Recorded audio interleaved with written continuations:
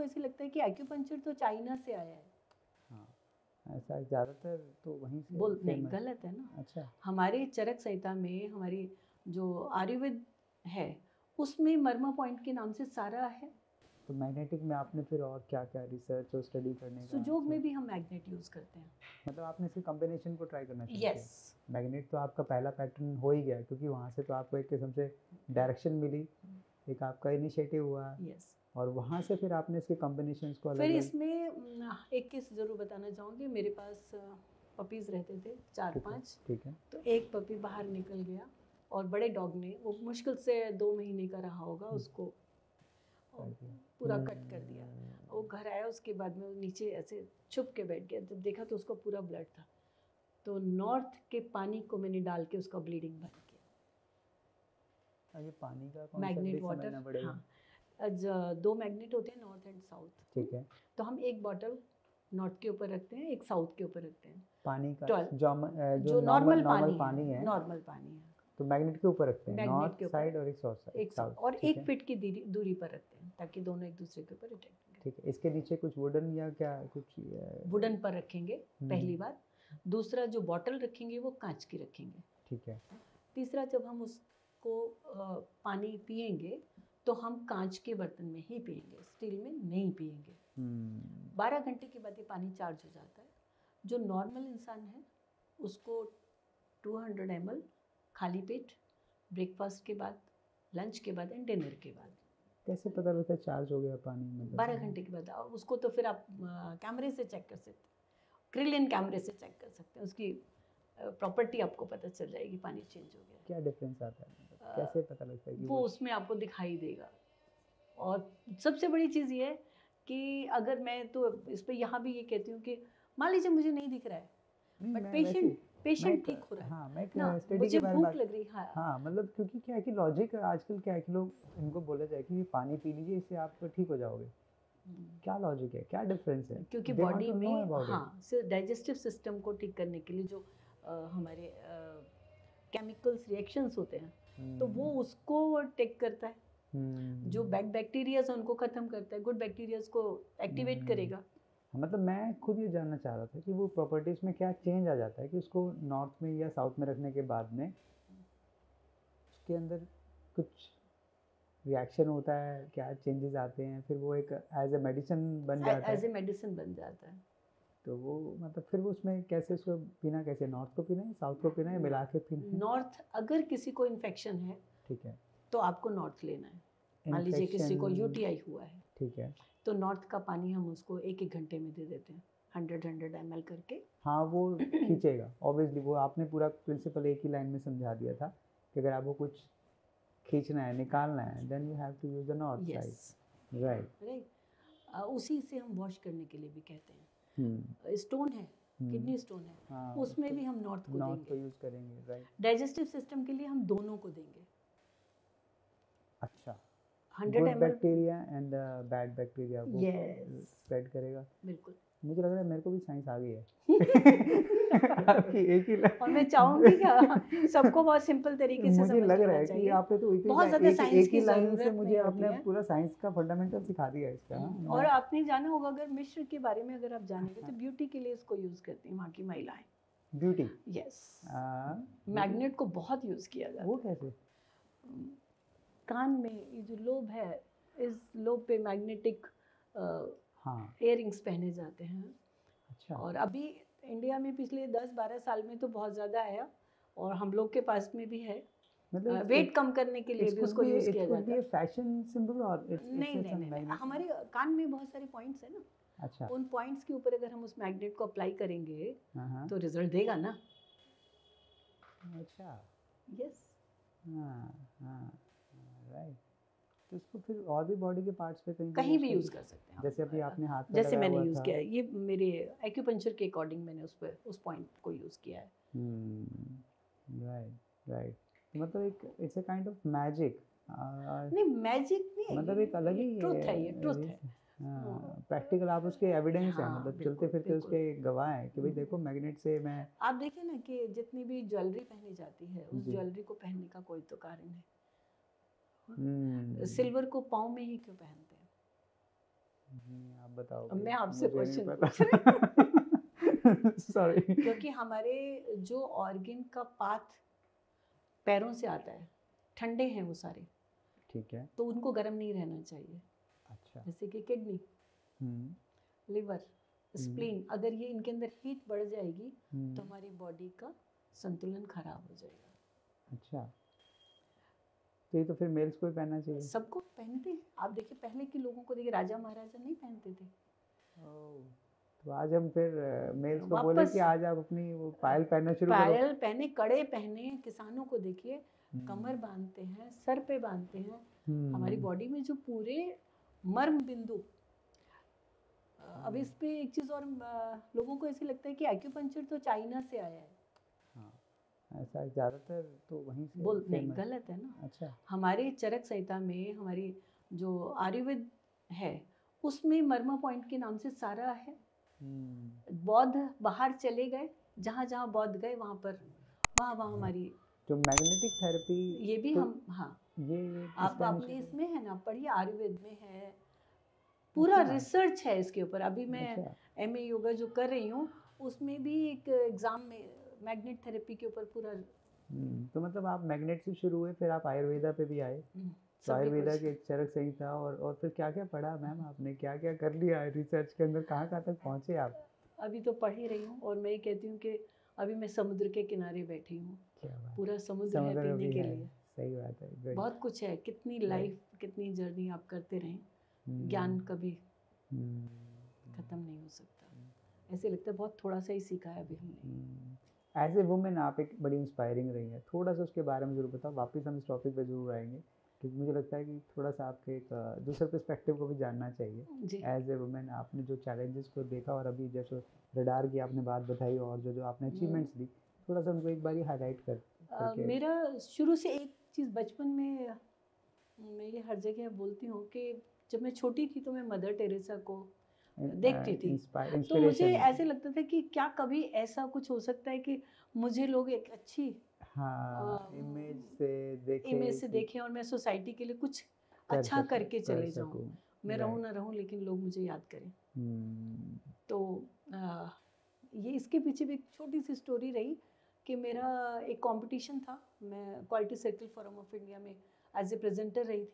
किसमें? Quality circle forum of India, जिसमें हर company अपनी क्वालिटी प्रोडक्ट्स के बारे में बताती है, प्रेजेंटेशंस देती है। तो एक चेन्नई में एक प्रेजेंटेशन था जिसमें मुझे फर्स्ट आना था, और वो रिजल्ट हाल्ट कर दिया गया, और मैं उससे बहुत डिप्रेस हुई। ट्रेन में कोई मिले, उन्होंने मुझे बोला कि आपकी जर्नी कुछ और है। आने के बाद मैंने ये कौन सी ईयर की बात है ये? अच्छा, ये तो आप ये 94 की, नहीं 94 की बात है ये। तब तक मैं इस तरफ आई नहीं थी, उस ड्यूरेशन में जब आप, हाँ, जब मैं बहुत परेशान थी। बट हमेशा मैं मानती हूँ कि जब टी पॉइंट आता है तो दो रास्ते खुलते हैं, बिल्कुल, जो आपको कहीं तो लेके जाएंगे, कभी भी निराश नहीं होना है। सही बात है, राइट। तो वहाँ से फिर मेरा ये शुरू हुआ, और मैंने लॉयंस क्लब, बाकी लोगों के साथ में कैंप्स लगाने शुरू किए। कैंप्स, ये हीलिंग कैंप्स, यस। ओके, और गांव-गांव में जाकर के हम, चरखी दादरी का नाम आपने सुना होगा, बिल्कुल। कुछ ब्लाइंड बच्चों को मैं स्कूल में जाकर के ट्रीटमेंट देना शुरू किया मैंने। शाहदरे में मेरा क्लिनिक था। अच्छा।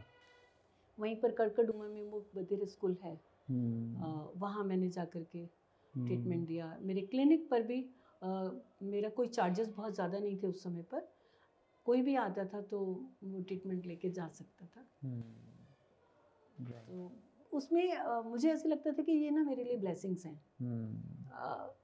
शायद मैं इसी से ठीक रहूँगी, और आज भी मैं मानती हूँ, और मेरे घर के लोग भी मानते हैं कि वो ये कहते हैं क्लाइंट कि अगर तुम मर भी रही होगी, अगर पेशेंट आ जाएगा तो तुम उठ के खड़ी हो जाओगी। सही है। तो ये पैशन है मुझे, हर बार मुझे लगता नहीं अभी मुझे और कुछ करना है, अभी और भी है। और वही चीज़ मैं मानती हूँ कि सेल्स हमारे जो है ना, जैसा आप थॉट प्रोसेस डालते हैं, आपने अगर ये सोच लिया कि मुझे चलना है तो आप उठ के चलेंगे। अगर आपने सोचा कि नहीं मैं तो चल ही नहीं सकता हूँ, तो आप कभी चल नहीं पाएंगे। पूरा लाइफ का अपना, जैसे आपका लाइफ का एक्सपीरियंस रहा है, तो एज ए वुमेन एम्पावरमेंट में, वुमेन इनकरेजमेंट में आपने बहुत कुछ किया है। आपको बहुत से अवार्ड्स भी मिले हैं, बहुत से अचीवमेंट्स भी आपने किए। तो मैं उसके ऊपर थोड़ी सी बात करना चाह रहा था कि आप थोड़ा सा उसके बारे में ज़रूर बताते, ताकि जो वुमेन्स आपको देख रही है वो आपसे रिलेट कर पाए, मैं तो इंस्पायर ये कर कहूँगी पाए। कि सबसे बड़ी पावर हाँ। वुमेन है। वो अगर अपनी शक्ति को पहचान ले, बहुत बड़ी बात है ये कि जो माँ एक बच्चे को जब जन्म देती है तो वो 100 से भी ज़्यादा हड्डी टूटने का दर्द होता है, उसके अंदर इतनी पावर है, बस वो अपनी पावर पहचानती नहीं है। तो मेरा हर एक को ये कहना है कि अपने आप से सबसे पहले अपने आप से प्यार करना शुरू करो। इसलिए नहीं कि हम स्वार्थी हैं, नहीं, उस परिवार को चलाने की जिम्मेवारी मेरी है। मैं ठीक हूँ तभी तो मैं अपने परिवार को चला पाऊंगी। हम सबसे बाद में खाना खाना चाहते हैं, क्यों? क्या मेरी बॉडी को वो ज़रूरत नहीं है, न्यूट्रिशंस की ज़रूरत नहीं है? तो सबके साथ अपने लिए जीना बहुत ज़रूरी है। कभी भी निराश होने की ज़रूरत नहीं है। हर रोज़ किसी का किसी से कोई मुकाबला नहीं है, और हर एक के अंदर एक गुण ज़रूर है। अपने अचीवमेंट्स के साथ थोड़ा सा एक्सप्लेन करें, आपने जो लाइफ में अचीवमेंट लिया एज ए वुमेन, आपको कहाँ पे रिवॉर्ड मिले, आप कहाँ मैंने से सबसे पहले 95 में दिल्ली में, पूरे दिल्ली में क्वालिटी में टॉप एज ए लीडर वो जीता था। अच्छा, अवार्ड जीता था, और उसके बाद नेशनल लेवल पे गई थी मैं, और अपनी कंपनी में सबसे ज़्यादा अवार्ड लेने वालों में रही हूँ, सजेशन देने वाले में रही हूँ। एज ए इंस्पेक्टर मैं वो पहली इंस्पेक्टर हूँ जिसको कभी भी ऐसे रोका नहीं गया कि आप इतने बजे नहीं आएंगी, जबकि हमारे यहाँ लेबर लॉ जो कहता है वो 6:30 के बाद अलाउ नहीं होता है।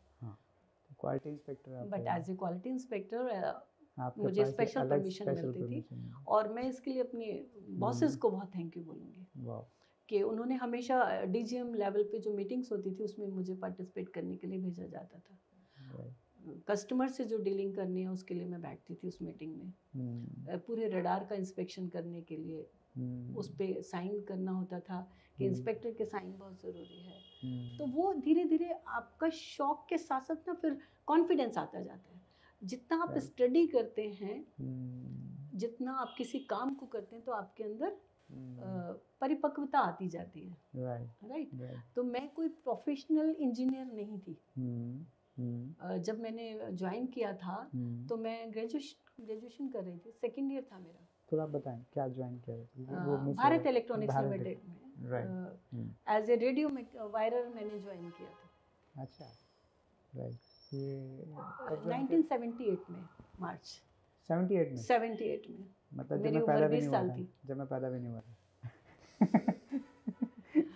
और मेरे साथ इसकी भी कहानी कि मेरे साथ एक लड़की थी जो एमएससी पास आउट थी, और मैं सिंपल ग्रेजुएशन कर रही थी। तो वहाँ पर एक बनाने के लिए कि षटकोण बनाना है, तो मैंने तो अपना जैसे सिंपल उसमें उसके कोण मोड़े और रख के आ गए वायर को। उन्होंने आगे कहा नहीं ऐसे नहीं बनाना था, ऐसे बनाना था। मैंने कहा भाई मुझे तो इतना ही आता था, मुझे कोई मैथ नहीं आती है। मैं पास हो गई, वो रह गई। तो वो उसकी मर्जी थी, ईश्वर जानता था कि वहाँ पर। तो वहाँ रहते हुए क्या क्या अचीवमेंट्स आपको? वहाँ पर मैंने कोई भी फील्ड नहीं छोड़ी सर। मैं सिंगिंग करती हूँ, और वहाँ पर भी मैं टॉप उसमें रही, और हमेशा एक ये रहा कि मुझे ना जीतना है। स्पोर्ट्स में रही, नेशनल खेला मैंने। क्या? Throw ball. अच्छा, यस। और रेसर रही हूँ 100 मीटर और 400 मीटर। ये आपकी प्रॉब्लम एरिया से पहले की बात नहीं, उसी के बीच चलता रहा, कोई भी छोड़ा कुछ नहीं। कभी ये नहीं आने दिया कि मैं बीमार हूँ तो मुझे ये नहीं करना है। आज बेड पे हूँ तो कोई बात नहीं, कल तो चलना है। बहुत अच्छी इंस्पिरेशन रही, मतलब क्योंकि इस दौरान में लोग टूट जाते हैं। हाँ, नहीं बस वही नहीं किया। और ऐसा तो इंसान बिल्कुल बैठ ही नहीं सकता जिसको इतना एक्टिव रहा हो, उसको अगर ऐसी प्रॉब्लम से निकलना पड़े वो तो बहुत मुश्किल हो जाता है उसके लिए। और क्या क्या अचीवमेंट रही मैम इस दौरान 40 इयर्स? इसमें क्वालिटी में मैंने काम किया। राइट। और आपका मतलब वहाँ कोई भी प्रतियोगिता हुई, बहुत छोटी छोटी सी, 15 अगस्त को कोई प्रोग्राम है तो मुझे लगता था मेरे नाम तो जाएगा ही, और लोग मुझे कहते थे हमें आपकी टीम में चलना है। तो उस टीम को लेके चलना, तो वो कुछ तो अलग होना चाहिए। राइट। सिंपल नहीं चाहिए मुझे, और हमेशा अच्छा करना है, किसी को चीट नहीं करना है। ये आज भी मेरा उसूल है कि कभी भी किसी को दुख दे के आप खुश नहीं रह सकते। So we'll come back to that topic again, जहाँ से हमारा होलिस्टिक का स्टार्टअप हुआ था। तो आपने होलिस्टिक करियर जब अपना लेके चले, आपके वो मुझे पता लगा जैसे अभी फादर को भी, ग्रैंडफादर को भी, और आपके सॉरी वो आपके इन-लॉज में फादर इन लॉ को ब्रेन डैमेज हुआ था। उस समय पर भी हमने एक्यूप्रेशर का बहुत यूज़ किया। अच्छा। और तब बहुत ज़्यादा मेरी स्टडी नहीं थी। डॉक्टर देवेंद्र पुरा की बुक थी एक, अच्छा, उससे मैंने स्टडी किया। और आपने बहुत अच्छा टॉपिक छेड़ा है, पुरानी यादें ताज़ा हो गई। ब्रेन के लिए धातुओं का पानी मैंने इस्तेमाल किया। मिनरल वैसे वाला नहीं, सोना, चांदी, तांबा और लोहा। अच्छा। और उसको उस बुक में पढ़ के मैंने इसको यूज़ किया और उनको दिया। जिनको डॉक्टर ने 2 दिन 31 दिसंबर आज सेंट स्टीफन पे उनको डिस्चार्ज किया गया था। अच्छा। और डॉक्टर ने ये कह के कहा था कि ज़्यादा दिन नहीं रहेंगे। 1 जनवरी को उन्होंने मुझे बोला wish you happy new year. और हमने कंटिन्यू उनके साथ में मेहनत की, बाय गॉड ग्रेस, बाबा की कृपा। 6 मंथ में वो मुझे पकड़ के चलने लगे थे। उनका 6 मंथ में दिन बोला था डॉक्टर ने? यस। आप मंथ्स तक लेके आए? वाह। With that water and acupressure. जब उनको आईसीयू में रखा गया था तो उनका बीपी एकदम लो हो गया था और मैंने प्रेशर पॉइंट्स दे करके उनका बीपी अप किया। डॉक्टर्स ने कहा सर्वाइव नहीं कर सकते, लेकिन हम फिर उन्हें हमने कहा हम घर लेके जा रहे हैं, और हम घर ले आए और वो ठीक होते चले गए। क्या बात है। तो ये सारी चीज़ें वहीं से इंस्पिरेशन मिलना शुरू हुआ। 6 महीने बाद वो रिकवर होने लगे? नहीं, 6 महीने में काफ़ी रिकवर हो गए थे। उसके बाद उनकी डेथ हुई है। क्योंकि एज तो उनकी थी। बट वो है कि वो कुछ दिनों को आपने महीनों में कन्वर्ट किया। महीनों में। और सबसे बड़ी बात कि उनकी इच्छा थी कि मेरे सामने मेरे बेटे की शादी हो जाए। अच्छा। तो वो सारा देखा, सब कुछ उन्होंने अपने सामने देखा। क्या बात है, वाह। तो और मैं आज कहती हूँ कि कुछ भी मैं हूँ तो उनकी ब्लेसिंग्स मेरे साथ हैं, जो भी मेरे ऊपर हैं सब लोग। और आपके फादर का? मेरे फादर को कैंसर हुआ था, थ्रोट कैंसर। अच्छा। उनके साथ तो बहुत ज़्यादा मैं नहीं कर पाई, क्योंकि वो प्राचीन उस पे रहते थे कि बेटी के साथ नहीं। और मेरे ब्रदर ऐसे नहीं थे कि वो उनका इलाज बहुत ज़्यादा कर पाए। लेकिन आपको वहाँ से प्रेरणा मिली कि बिल्कुल, ये कि लगा कि उनके साथ अगर मैं नहीं कर पाई, बट मैं तब भी मैं पढ़ती तो बहुत थी। उनको जो चीज़ें मैं दे सकती थी, प्रेशर देते थे या क्या हम खिला सकते हैं वो खिलाते थे। लेकिन फिर मुझे लगा कि हम क्यों ना ऐसा करें, प्रिवेंशन बेटर देन क्योर। उस स्थिति में आने ना दिया जाए। आज भी आप देखिए कि इतना कैंसर है ना, तो उन चीज़ों को जितना कम कर सकते हैं उतना बेटर है।